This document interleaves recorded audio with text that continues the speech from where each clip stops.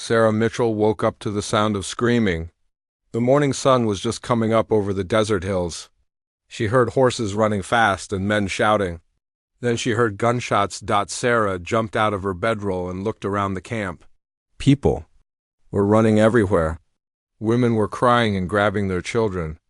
Men were shooting guns at riders on horses who came from the hills. The riders had paint on their faces. They rode fast horses and carried weapons. Sarah knew they were Apache warriors.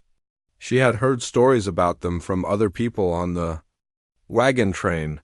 The stories always ended badly. Sarah looked for her horse. She needed to get away fast. All around her, people were hitching up their wagons or jumping on horses.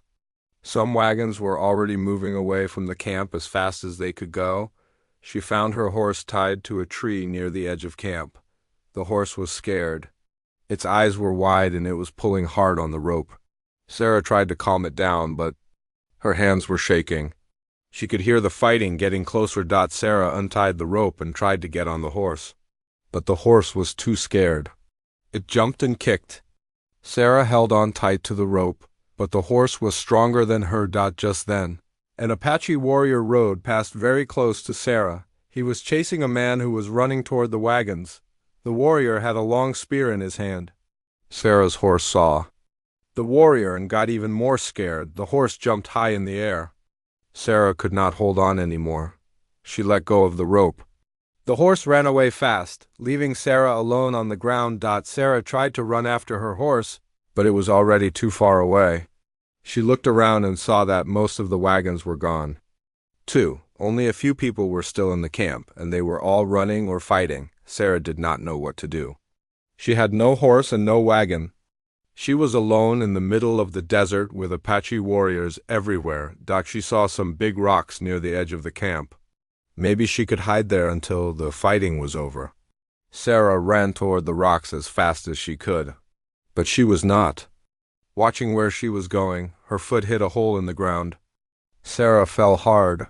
She heard a bad cracking sound and felt terrible pain in her left leg. She tried to get up, but the pain was too much. She fell back down and cried out. Sarah looked at her leg. It was twisted in a way that did not look right. When she tried to move it, the pain was so bad that she almost passed out. She knew her leg was broken. The fighting was moving away from the camp now.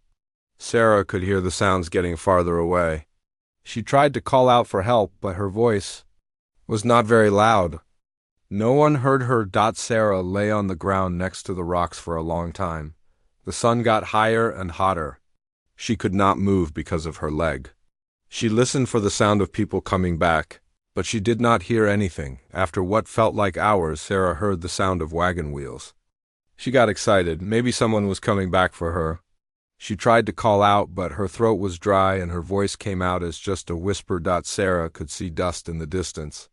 Wagons were moving, but they were going away from the camp, not toward it. They were the last of the wagon train leaving, and they did not know she was there. Sarah tried to wave her arms, but the wagons were too far away. She watched them get smaller and smaller until they disappeared. Then she was truly alone. The sun was getting very hot now. Sarah was wearing a long dress and a bonnet, but the desert sun was stronger than anything she had felt before. She had grown up in Kansas where there were trees and rivers. This desert was like being on the surface of the sun. Sarah looked around the empty camp. There were things scattered everywhere that people had dropped when they ran away. She could see a water barrel that had fallen over. Most of the water had spilled out, but there might be some left. Sarah tried to crawl toward the water barrel. Every time she moved her broken leg, the pain was terrible. It took her a very long time to move just a few feet. The sun was getting hotter and she was getting more thirsty. When she finally reached the water barrel, there was only a little bit of water left in the bottom. Sarah put her hands in and brought the water to her mouth. It was warm and tasted bad, but it was water. She drank every drop she could find. Sarah looked for other things that might help her. She found a torn piece of cloth that she could use to cover her head from the sun. She also found a small knife that someone had dropped, but Sarah knew these things would not save her. She had no food and almost no water. Her leg was broken and she could not walk. She was in the middle of a desert with no one to help her. The first day was the hardest. Sarah tried to stay in the shade of the rocks, but the sun moved across the sky and there was less and less shade. Her broken leg hurt all the time. She was so thirsty that she could not think about anything else. When night came, Sarah was surprised by how cold it got. In the day, the desert was like an oven. At night, it was like being in a cold room. She had no blanket and no way to make a fire. She shivered all night long. The second day was worse than the first. Sarah had no more water. Her lips were cracked and bleeding. Her tongue felt like a piece of leather in her mouth. She tried to lick the morning dew off the rocks, but there was not much dew in the desert. Sarah started to see things that were not there. She thought she saw people walking toward her, but when she looked harder, there was nothing. She thought. She heard her mother calling her name, but her mother had died 2 years ago. On the second night, Sarah heard sounds in the darkness. She could hear animals moving around. She was scared they might be wolves or other dangerous animals. But she was too weak to move. She just lay there and hoped they would leave her alone. The third morning came and Sarah could barely open her eyes. Her whole body hurt. She was so thirsty that she could not even make tears anymore. Her broken leg had swollen up and turned purple. Sarah knew she was going to die. She had always thought she would die as an old woman in a bed with her family around her. She never thought she would die alone in the desert like this. But Sarah was not ready to give up yet. She was only 23 years old. She had wanted to be a teacher in California. She had wanted to get married and have children. She had wanted to see the ocean. Sarah used the last of her strength to crawl to a small mesquite bush. It was not much shade, but it was better than lying in the open sun. She pulled the torn cloth over her head and closed her eyes. She did not know that someone was watching her from the hills above. Ayana had been following the wagon tracks for 3 days. He rode his horse slowly and carefully, staying on the high ground where he could see far but not be seen. Ayana was a Comanche hunter. His people called him by a name that meant eternal, Blossom, because he had been born in the spring when the desert flowers bloomed. But the white people would not have thought he looked like a flower.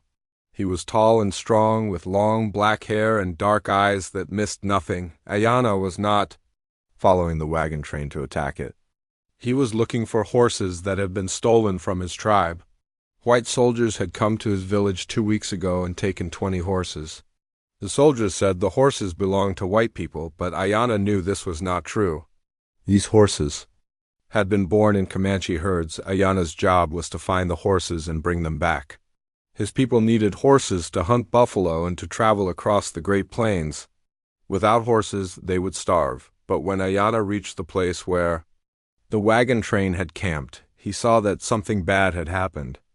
The camp was empty and there were signs of fighting everywhere.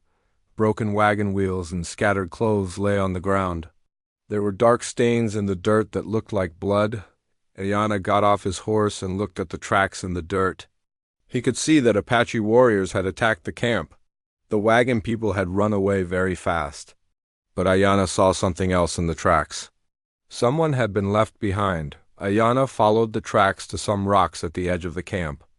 There he saw drag marks in the dirt where someone had crawled.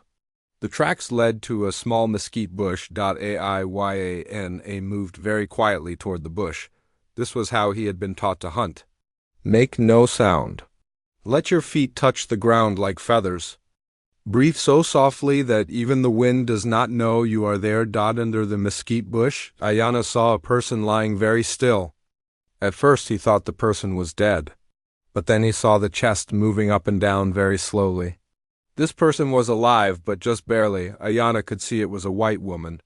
She was young, maybe 20 summers old. Her hair was brown and her skin was burned red by the sun. Her lips were cracked and bleeding from thirst. One of her legs was twisted in a bad way. The woman's eyes were closed, but Ayana could tell she was still breathing. She had a piece of torn cloth over her head to keep the sun away. Her dress was dirty and ripped. She looked like she had been there for many days. Ayana stood very still and watched the woman. He knew he should leave her there and continue looking. For his horses, his people were enemies with the white people. There was always fighting between them. If other Comanche warriors found him helping a white woman, they would ask many questions, but Ayana remembered his sister, Dakota. She had been killed by white soldiers 2 years ago when they attacked his village. The soldiers had shot her. When she was trying to protect the children, after the attack, Ayana had found Dakota lying in the dirt just like this woman was lying now. Ayana's sister had been brave and kind. She had always helped people who were hurt, even if they were from enemy tribes. Dakota would have helped this white woman. And she would want Ayana to help her too. Ayana made his decision. He would help the white woman, even though it might cause problems for him later. Ayana went back to his horse and got his water bag. It was made from the stomach of a buffalo and could hold a lot of water. Ayana always kept it full when he was traveling in the desert. Ayana walked back to the mesquite bush without making any sound. He knelt down next to the white woman and gently lifted her head. Her eyes opened a little bit. When she saw Ayana's face, her eyes got very wide with fear. The woman tried to move away from Ayana, but she was too weak. She tried to say something, but her voice was just a whisper. Ayana could see she was very afraid of him. Ayana understood why she was afraid. He looked like a Comanche warrior. His hair was long and had eagle feathers in it. He had paint on his face in the pattern of his clan. He wore clothes made from deer skin and buffalo hide. To white people he probably looked dangerous, but Ayana moved very slowly and gently. He held up the water bag so the woman could see it. Then he tipped it carefully and let a little water run onto her lips. At first the woman kept her mouth closed. She was still afraid. But she was so thirsty that she could not help herself. She opened her lips and let the water run into her mouth. Ayana gave her water very slowly. If someone has not had water for a long time, drinking too fast can make them sick. He let her drink a little bit, then he waited. And he let her drink a little more. The woman kept looking at Ayana's face while she drank. Her eyes were blue, which Ayana had never seen before. Most people in his tribe had dark brown eyes. These blue eyes reminded him of the sky on a clear day. After the woman had drunk some water, she seemed to get a little stronger. She tried to sit up, but when she moved her broken leg, she cried out in pain. Tears came from her blue eyes. Ayana looked at the woman's leg. He could see it was broken badly. The bone was probably broken in 2 pieces. If she did not get help soon, she might never walk again. She might even die from infection. Ayana knew he could not leave her here. Even with water, she would die in the desert heat. Wild animals would find her at night, and her broken leg would get infected and kill her, but Ayana also knew he could not take her back to his village. His people would not understand why he was helping a white woman. They might think he was betraying his own tribe, Ayana thought about this problem while the woman watched him. She did not try to talk to him. Maybe she knew he would not understand English. Or maybe she was too afraid to speak. Then Ayana remembered a place he could take her. There was a hidden canyon about half a day's ride from here. The canyon had a spring with clean water and caves where people could shelter from the weather. Ayana's people sometimes used this canyon when they were hunting, but most of the time it was empty. Ayana could take the woman to the canyon and help her get better. When she was strong enough to travel, he could decide what to do with her. Then, maybe by that time he would have found his stolen horses and could take her to a white settlement. Ayana stood up and walked back to his horse. He took off his blanket and some rope. Then he found 2 long branches from a dead tree. He tied the branches together with the rope to make a travois. This was a kind of stretcher that could be pulled behind a horse. The woman watched Ayana work. Her eyes followed everything he did. Ayana could tell she was trying to understand what he was planning to do with her. When the travois was finished, Ayana put his blanket on it to make it softer. Then he went back to the woman. He pointed to the travois and then pointed to her. He was trying to tell her that he was going to put her on it. The woman looked scared again. She shook her head and tried to move away. She probably thought Ayana was going to hurt her. Ayana sat down next to the woman and did not move for a long time. He wanted her to see that he was not going to hurt her. He gave her more water and waited for her to become less afraid. Finally, the woman seemed to understand that Ayana was trying to help her. When he reached out to pick her up, She did not fight him. She was probably too weak to fight anyway. Ayana lifted the woman very carefully. She was lighter than he expected, probably because she had not eaten for several days. When he moved her broken leg, she made sounds of pain. But she did not cry. Ayana put the woman on the travois and covered her with another blanket to protect her from the sun. Then he tied the travois to his horse and started walking toward the hidden canyon. Ayana walked slowly so the travois would not bounce too much on the rough ground. Sometimes he looked back to check on the woman. Most of the time her eyes were closed, but sometimes she was watching him. Ayana wondered what the woman was thinking. She was probably wondering why a Comanche warrior was helping her instead of killing her. She was probably wondering where he was taking her and what he planned to do with her. Ayana was wondering the same things. He was doing something that most people in his tribe would not understand. But he felt in his heart that it was the right thing to do. His sister Dakota had always said that helping people was never wrong, even if those people were your enemies. Maybe, especially if they were your enemies. As the sun started to go down, Ayana could see the entrance to the hidden canyon ahead. Soon the white woman would be safe from the desert heat and the wild animals. Soon he could start helping her get better, but Ayana knew that saving her life was only the beginning. The hard part would come later, when they had to learn to trust each other. The hidden canyon was like a secret place that only the spirits knew about. High red rocks surrounded it on all sides, keeping it hidden from anyone who did not know where to look. A small stream ran through the middle of the canyon, and green plants grew along its banks. Ayana pulled the travois through a narrow opening between two large rocks. This was the only way into the canyon. Once inside, the woman would be safe from wind and sandstorms. More important, no one would be able to find her here. Ayana looked back at the woman on the travois. She had been unconscious for most of the journey, but now her eyes were open. She was looking around at the canyon walls with wonder. Maybe she had never seen a place like this before. There were several caves in the canyon walls. Ayana chose one that was not too high up and not too deep. It would be easy to get in and out of, but it would protect the woman from rain and cold at night. Ayana untied the travois and carefully carried the woman into the cave. The floor was covered with soft sand, and the ceiling was high enough for a person to stand up. Near the back of the cave, water dripped slowly from the rocks above, forming a small pool. Ayana laid the woman down on the soft sand and covered her with his blanket. Then he went outside to take care of his horse. He let the horse drink from the stream and eat the green grass that grew along the water. When Ayana came back to the cave, the woman was trying to sit up. She was looking around the cave like she was trying to understand where she was. When she saw Ayana, she became very still and watched him carefully. Ayana sat down near the entrance of the cave, far enough away that the woman would not feel trapped. He did not want her to be afraid of him.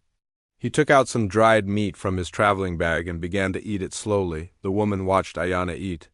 Her eyes followed every piece of meat from his hand to his mouth. Ayana could tell she was very hungry. She probably had not eaten anything for 3 or 4 days.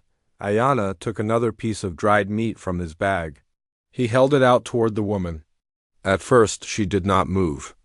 She just stared at the meat like she could not believe it was real. Finally, the woman reached out and took the meat from Ayana's hand. Her fingers touched his for just a moment. Her skin was very soft, not rough like the hands of Comanche women, who worked with buffalo hides and sharp tools. The woman ate the dried meat very slowly. She chewed each bite for a long time before swallowing. Ayana could see that her stomach was not used to food anymore. If she ate too fast, she would get sick. After the woman finished eating, Ayana gave her more water. Then he pointed to her broken leg. He wanted to look at it and see how bad it was. The woman understood what Ayana wanted to do, but she was still scared.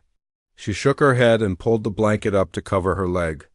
In her world, it was probably not proper for a man to touch a woman's leg, especially a man she did not know. Ayana tried to show the woman that he only wanted to help her.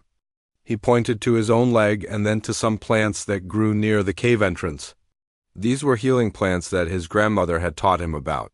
He was trying to tell the woman that he knew how to make her leg better. The woman looked at Ayana for a long time. Her blue eyes studied his face like she was trying to read his thoughts. Finally, she seemed to decide that she could trust him. She moved the blanket away from her leg. Ayana moved closer to look at the woman's leg. It was worse than he had thought. The leg was very swollen and had turned purple and black. The broken bone had moved out of place, and the skin was hot to touch. If this leg did not get help soon, the woman might lose it, but Ayana had seen broken bones before. His people lived hard lives, and injuries were common. His grandmother had been a healer, and she had taught Ayana many things about fixing broken bones and treating infections. First, Ayana needed to set the bone back in place. This would be very painful for the woman, but it had to be done. Ayana tried to explain to her what he was going to do. He pointed to her leg and then showed her with his hands how he would pull the bone straight. The woman seemed to understand. She nodded her head and bit down on the edge of the blanket.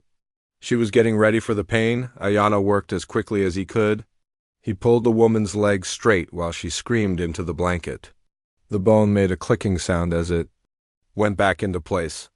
The woman's face turned white and she almost fainted, but she did not try to stop Ayana. After the bone was straight, Ayana needed to keep it from moving again. He went outside and found 2 straight pieces of wood. He also gathered some healing plants and roots that grew near the water. Ayana tied the pieces of wood on both sides of the woman's leg to keep the bone from moving. This was called a splint. Then he made a paste from the healing plants and spread it on the swollen parts of the leg. The paste would help reduce the swelling and fight infection. The woman watched everything Ayana did. Sometimes she made small sounds of pain, but she did not complain. Ayana could see that she was brave. Most people, even strong warriors, would have been crying and screaming by now. When Ayana was finished with the woman's leg, he made a small fire near the entrance of the cave. The sun was going down and the canyon was getting cold. The woman would need warmth to help her body heal. Ayana also needed to find food for both of them. A dried meat in his traveling bag would not last very long. He would have to hunt and gather food while taking care of the woman. That first night in the canyon was difficult for both of them. The woman was in a lot of pain from her broken leg. She could not sleep and kept making small crying sounds. Ayana wanted to help her, but he did not know how to comfort someone who spoke a different language. Ayana sat by the fire and watched the woman. Sometimes her eyes would open and she would look at him. He could see fear in her eyes, but also something else. Maybe gratitude. She knew that Ayana had saved her life. The next morning, Ayana woke up early to hunt for food. He left his water bag and some dried meat near the woman so she would have something to eat and drink while he was gone. Then he took his bow and arrows and went looking for rabbits and other small animals. Ayana was a good hunter. By the time the sun was high in the sky, he had caught 2 rabbits and found some wild onions and berries. He also gathered more healing plants for the woman's leg. When Ayana returned to the cave, he found the woman sitting up. She had drunk some water and eaten a small piece of dried meat. Her face had more color in it than it had the day before. Ayana cooked one of the rabbits. Over the fire, the smell of cooking meat filled the cave. The woman watched him cook and her stomach made loud rumbling sounds. She was getting her appetite back, which was a good sign. Ayana gave the woman small pieces of cooked rabbit meat. She ate slowly and carefully. After she had eaten, she looked at Ayana and said something in English. Ayana did not understand the words, but her voice sounded grateful. The woman pointed to herself and said, "Sarah." Then she pointed to Ayana with a questioning look on her face. Ayana understood that she was telling him her name and asking for his name. He pointed to himself and said, "Ayana." The woman tried to repeat it, but her tongue could not make the right sounds. She said something that sounded like I-na. Ayana smiled a little. It was the first time he had smiled since finding the woman. Sarah smiled back at him. It was a small moment, but it was the beginning of understanding. Between them, for the next several days, Ayana took care of Sarah like she was his own sister. He hunted for food and gathered healing plants. He changed the bandages on her leg and made sure she had clean water to drink. Sarah's leg was healing, but very slowly. She could not walk yet, and it would be many weeks before she could travel. This meant Ayana would have to stay in the canyon much longer than he had planned. Ayana knew his people would be wondering where he was. He had been sent to find the stolen horses, but he had not found them yet. If he stayed much longer, the other warriors might come looking for him, but Ayana could not leave Sarah alone in the canyon. She would die without someone to take care of her, and Ayana had made a promise to himself to help her get better. Sometimes, Sarah would look at Ayana with questions in her eyes. She probably wondered why he was helping her. She probably wondered what he wanted from her in return. Ayana wondered about these things too. He had risked his own safety to save a white woman. His people might call him a traitor if they found out, but every time Ayana looked at Sarah, he remembered his sister Dakota, and he knew he had made the right choice. Sarah was getting stronger every day. She could sit up for longer periods of time, and she could eat more food. Her leg was still in the splint, but the swelling had gone down and the purple color was fading. But Ayana could see something else in Sarah's eyes. She was starting to trust him. When he came near her to check her leg or give her food, she did not flinch away anymore.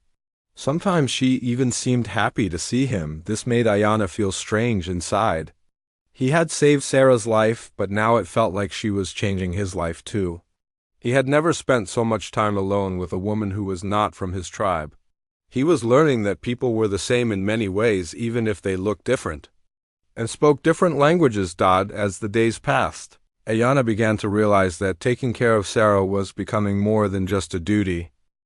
3 weeks had passed since Ayana brought Sarah to the hidden canyon. Her broken leg was healing well, and she could now sit up and move around the cave without help. The terrible purple color had faded from her leg, and the swelling was almost gone, but more than Sarah's body was healing. The fear in her blue eyes was slowly going away too. When Ayana came into the cave, she would look up at him and sometimes even smile. She was learning to trust him. Ayana was learning things too. He was learning that Sarah was not like the white people in the stories his tribe told around their fires.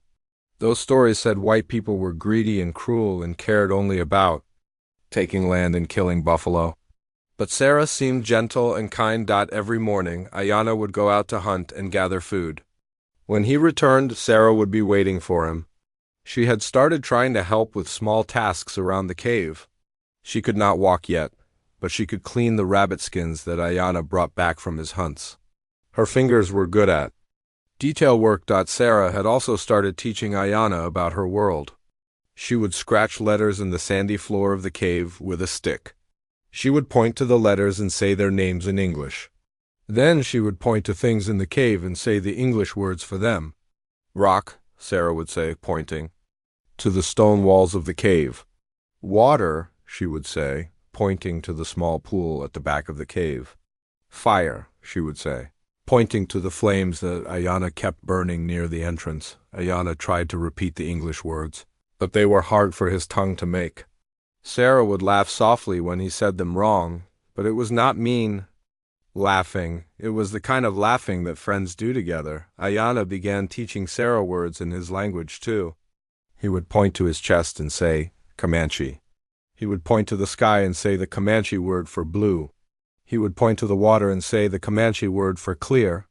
Sarah tried to repeat Ayana's words, but she had trouble too. The sounds were different from anything in her language, but she kept trying, and slowly she began to learn a few words. Sometimes Ayana and Sarah would sit by the fire in the evening and take turns teaching each other words. Sarah would point to something and say the English word. Then Ayana would say the Comanche word for the same thing. They were building a bridge between their two worlds, one word at a time, but they did not need words for everything. Ayana and Sarah were learning to understand each other in other ways. When Sarah was thirsty, she would look toward the water pool and Ayana would know to bring her some water. When Ayana was tired from hunting all day, Sarah could see it in his face, and would make sure he had a comfortable place to rest. One day, Ayana came back from hunting to find Sarah crying. He had brought back a young deer that would give them meat for many days. He thought Sarah would be happy about the food, but instead, tears were running down her cheeks. Ayana sat down next to Sarah and looked at her with concern. He did not know what was wrong. He tried to ask her in his limited English words, but she just shook her head. Finally, Sarah picked up the stick she used for writing in the sand. She drew a picture of a man and a woman standing together. Then she drew a picture of the same woman, but alone. She pointed to the picture of the alone woman and then pointed to herself. Ayana understood. Sarah was thinking about people she had lost, maybe her family, maybe a husband or someone she had loved. The deer he had brought reminded her that she was alone in the world now, with no one who cared about her except a Comanche warrior who could not even speak her language. Ayana did not know how to comfort Sarah with words, so he tried to comfort her with actions. He went outside and gathered some desert flowers that were blooming near the stream. He brought them back to the cave and laid them next to Sarah. Sarah looked at the flowers and then at Ayana. More tears came to her eyes, but these seemed like different tears. She picked up one of the flowers and held it close to her face. She breathed in its sweet smell and closed her eyes. Then Sarah did something that surprised Ayana. She reached out and touched his hand. Her fingers were soft and warm. She said something in English that Ayana did not understand, but her voice was gentle and thankful. Ayana felt something strange happen inside his chest when Sarah touched his hand. It was like a warm feeling that spread through his whole body. He had felt something like this before, but only when he was with Ayana, a young woman from his own tribe who he had hoped to marry before she was killed in a cavalry attack. Ayana pulled his hand away from Sarah's. This feeling was dangerous. Sarah was a white woman and he was a Comanche warrior. Their people were enemies. Even if they could learn to care about each other, there was no future for them together. But Sarah had felt something too. Ayana could see it in her eyes. When he pulled his hand away, she looked hurt and confused. She probably did not understand why he had moved away from her. The next few days were awkward between them. Ayana tried to act the same as before, but something had changed. He was more careful not to get too close to Sarah. He spent more time outside the cave, hunting and gathering even when they already had enough food. Sarah seemed to understand that she had done something wrong, but she did not know what it was. She became quieter and did not smile as much. Sometimes Ayana would catch her looking at him with sad eyes. This made Ayana feel bad. He did not want to hurt Sarah's feelings. She had been through so much already. But he also knew that caring too much about her would only lead to more pain for both of them. Then something happened that changed everything. Sarah got sick. It started as a small fever. Sarah felt warm to the touch, and she was more tired than usual. Ayana thought it might just be her body's way of finishing the healing from her broken leg. But the next day, the fever got worse. Sarah began to shake and sweat at the same time. She could not eat anything without getting sick to her stomach. Her leg, which had been healing well, started to swell up again and turn red. Ayana realized that Sarah's leg had become infected. This was very dangerous. People could die from infections like this. Ayana's own father had died from an infected wound after a battle with soldiers. Ayana knew he had to act fast. He gathered all the strongest healing plants he knew about. Some grew in the canyon, but others he would have to travel far to find. He also needed to make special medicines that his grandmother had taught him about. For 3 days and 3 nights, Ayana did not leave Sarah's side. He made poultices from healing plants and put them on her infected leg. He made special teas from roots and bark that would fight the infection from inside her body when Sarah's fever got very high. Ayana bathed her face and arms with cool water from the stream. When she was shaking from chills, he covered her with all the blankets and furs he had and lay down next to her to share his body warmth. Sarah was not conscious most of the time. Sometimes she would wake up and look at Ayana with glassy eyes. She would say things in English, but they did not make sense. She was talking to people who were not there, probably people from her past life. On the 3rd night, Sarah's fever broke. She stopped shaking and her breathing became easier. The red color started to fade from her leg. Ayana knew she was going to live. When Sarah woke up on the 4th morning, she was weak but clear-headed. She looked at Ayana and seemed surprised to see how tired and worried he looked. She probably did not remember much from the past few days. Sarah tried to sit up, but she was too weak. Ayana helped her and gave her some water to drink. Then Sarah did something that made Ayana's heart skip. She reached up and touched his cheek with her hand. Sarah looked into Ayana's eyes and said something in English. Ayana did not understand all the words, but he understood the meaning. She was thanking him for saving her life again. But more than that, she was telling him that she cared about him too. This time, Ayana did not pull away. He put his hand over Sarah's hand and held it against his cheek.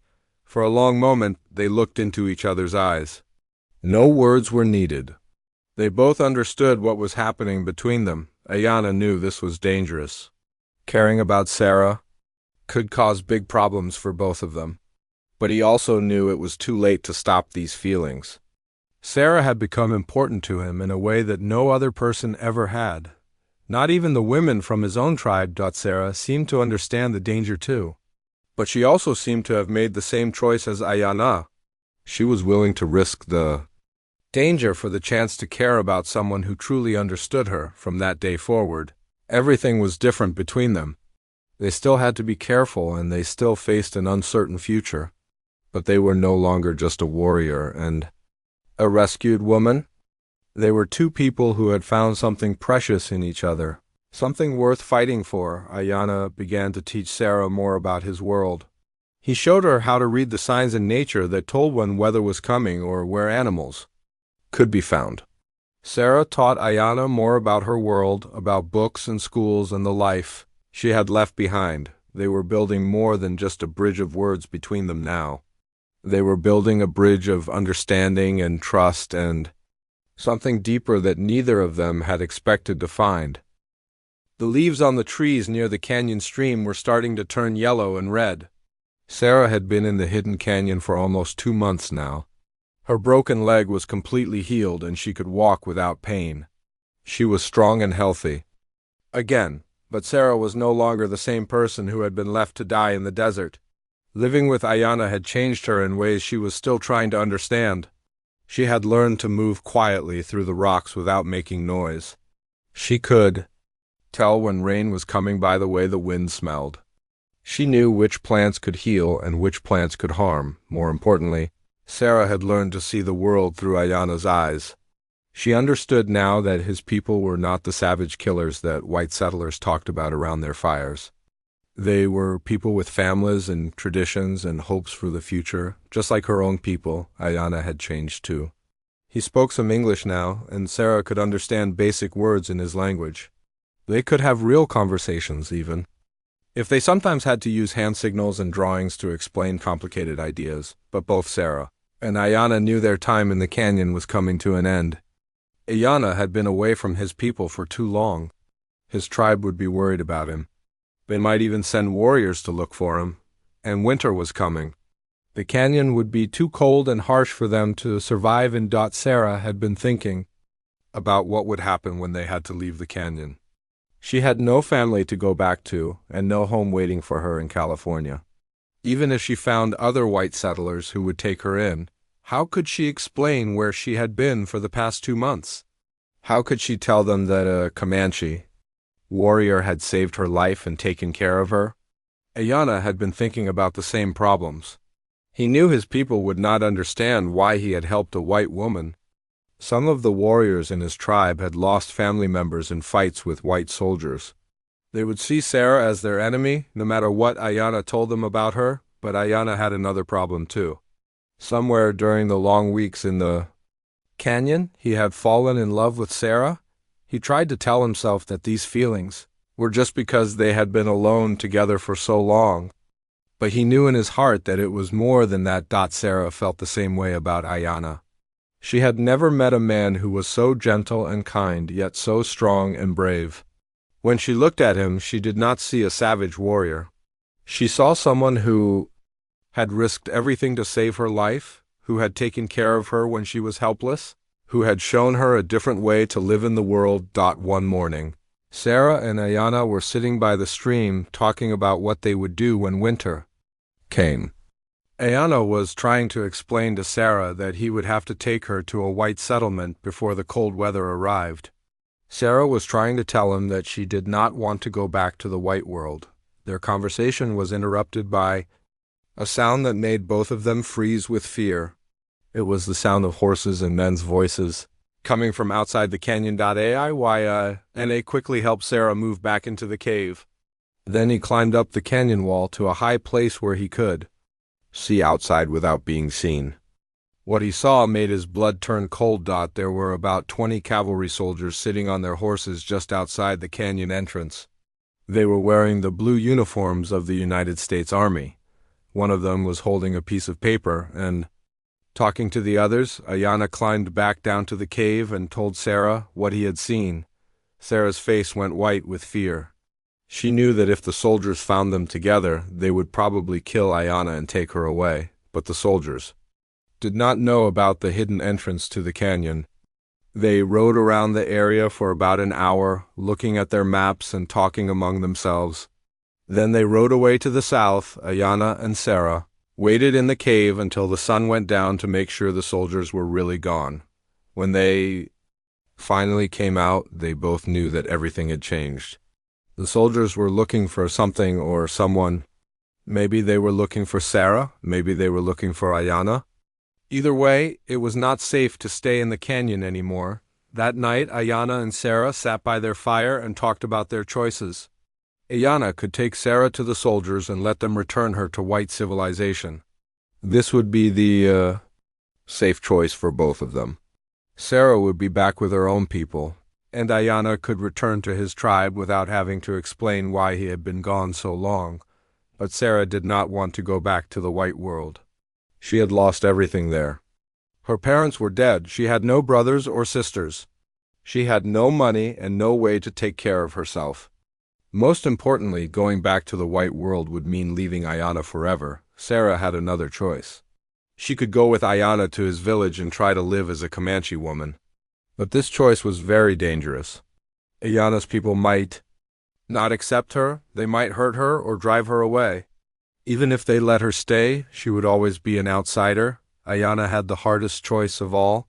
He could give up the woman he loved to keep her safe, or he could take her with him and risk both their lives. The next morning, Ayana and Sarah saw dust clouds in the distance. More soldiers were coming, and this time they had Indian scouts. With them, these scouts would be able to find the hidden entrance to the canyon. Ayana knew they had to leave immediately. He quickly gathered their few belongings while Sarah helped him pack food and water for the journey. They had to make their choice now. As they prepared to leave the canyon, Sarah looked at Ayana with tears in her eyes. She took his hands in hers and spoke to him in the mixture of English and Comanche words they had learned together. "I choose you," Sarah said.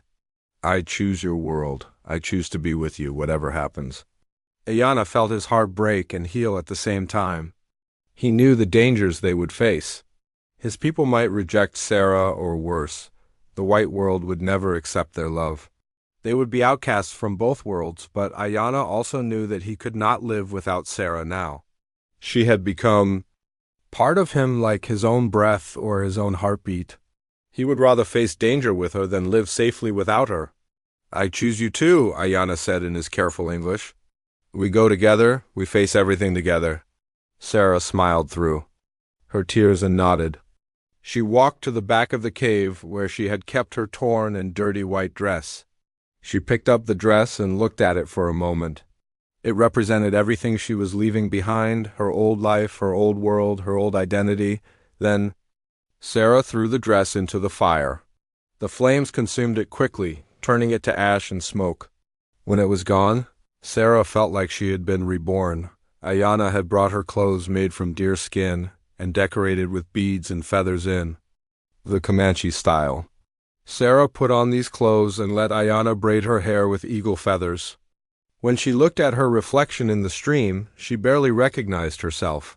Sarah no longer looked like a white schoolteacher from Kansas. She looked like a Comanche woman. She looked like someone who belonged in Ayana's world. As they prepared to leave the canyon on Ayana's horse, Sarah took one last look at the place that had been her home for 2 months. This canyon had saved her life in more ways than one. It had given her shelter and healing and time to discover who she really was, but more than that, the canyon had given her love. It had brought together two people from different worlds, and shown them that love was stronger than the hatred between their peoples. Ayana helped Sarah up onto his horse, and she wrapped her arms around his waist. They rode out of the canyon together, not knowing what the future would hold, but knowing they would face it side by side. As they rode north toward Ayana's village, Sarah thought about all the things she was giving up.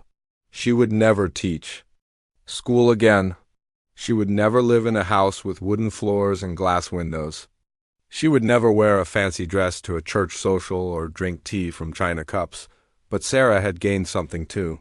She had gained a love that was deeper than anything she had ever imagined. She had gained a partner who would protect her with his life.